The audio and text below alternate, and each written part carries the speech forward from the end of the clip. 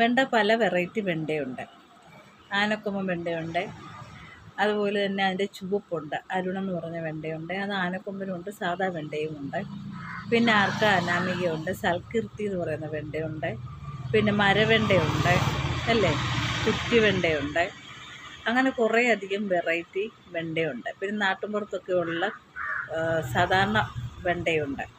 അപ്പോൾ ഇതൊക്കെ നമ്മൾ നടുന്നത് എങ്ങനെയാണെന്ന് വെച്ചാൽ, വെണ്ടക്കുരു ചിലപ്പോൾ നന്നായിട്ട് ഉണങ്ങിയിരിക്കുന്നതായിരിക്കും. അത് കുതിരാൻ വേണ്ടി 1 മണിക്കൂർ നമ്മൾ വെള്ളത്തിൽ ഇട്ട് ഈ വിത്തൊന്ന് കുതിർന്നതിന് ശേഷം നമ്മൾ വെള്ളം ഊറ്റി കളയുമ്പോൾ തന്നെ അത് അടുത്ത ദിവസം മുള പൊട്ടും. അല്ലെങ്കിൽ നമ്മൾ കുതിർത്തതിന് ശേഷം മണ്ണിലോട്ട് നട്ടു കൊടുക്കുക.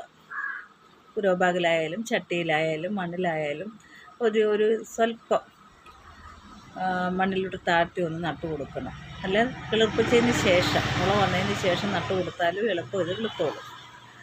അപ്പോൾ അതിന് നടുന്നതിന് മുമ്പായിട്ട് നമ്മൾ സ്യൂഡോമോണാസ് മണ്ണിൽ വിതറുകയോ സ്യൂഡോമോണാസ് ലായനിയിൽ മുക്കിയതിന് ശേഷമോ തൈകൾ നട്ടു കൊടുത്തു കഴിഞ്ഞാൽ നല്ല രീതിയിൽ തന്നെ തൈകൾ വളരും. നല്ല ആരോഗ്യത്തോടുകൂടി തൈകൾ വളരും.